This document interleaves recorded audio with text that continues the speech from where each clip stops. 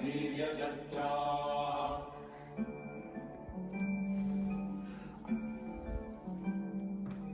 स्थिरैरङ्गैः स्तुष्टुवासस्तनुभिः व्यशेम देवहितं यदायुः। ॐ स्वस्ति न इन्द्रो वृद्धश्रवाः स्वस्ति न पूषा विश्ववेदाः स्वस्ति नस्तार्क्ष्यो अरिष्टनेमिः स्वस्ति नो बृहस्पतिर्दधातु। ॐ शान्ति शान्ति शान्तिः।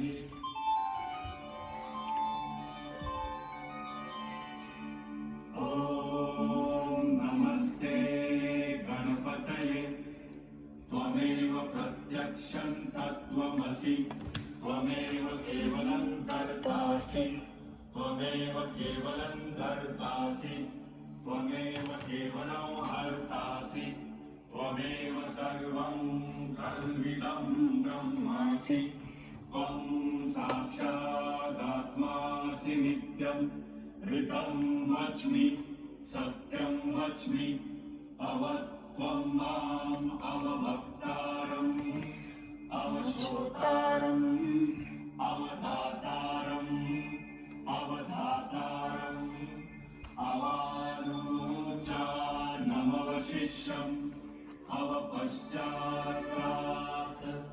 अवपुरस्तात् अवोत्तरात् अवदक्षिणात् अवचोर्वातात् अवाधरात् सर्वतो मां पाहि पाहि समन्तात्।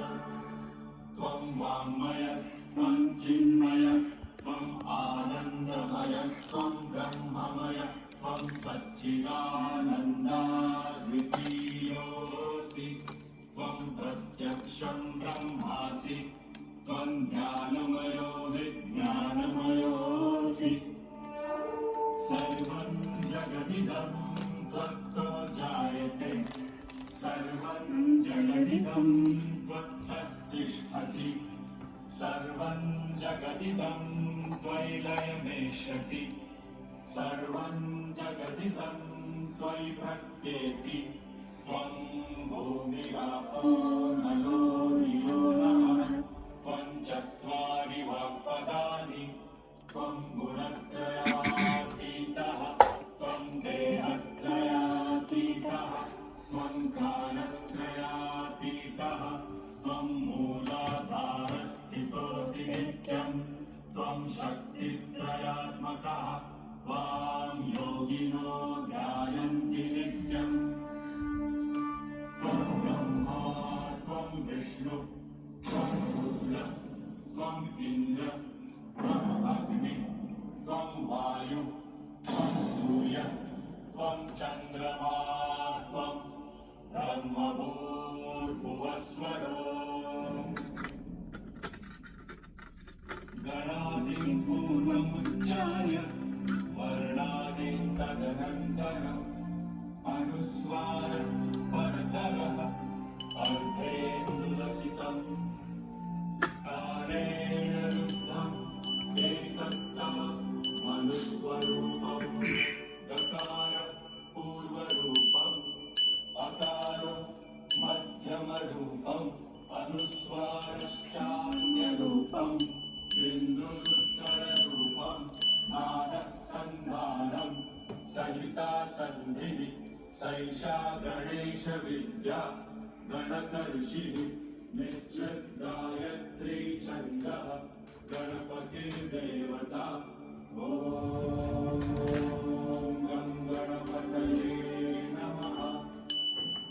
एकदन्ताय विद्महे वक्रतुण्डाय धीमहि तन्नो दन्तिः प्रचोदयात्।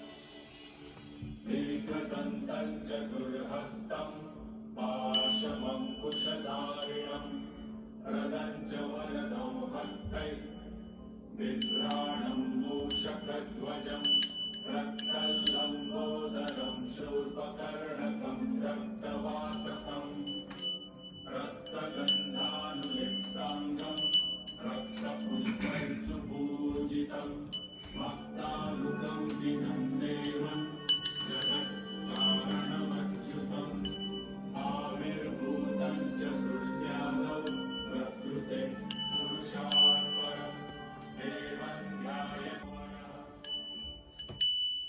नमो व्रातपतयो गणपतये नमः प्रमथपतये उदराय तदन्ताय विघ्ननाशिने शिवसुताय श्रीवरदमूर्तये नमो नमः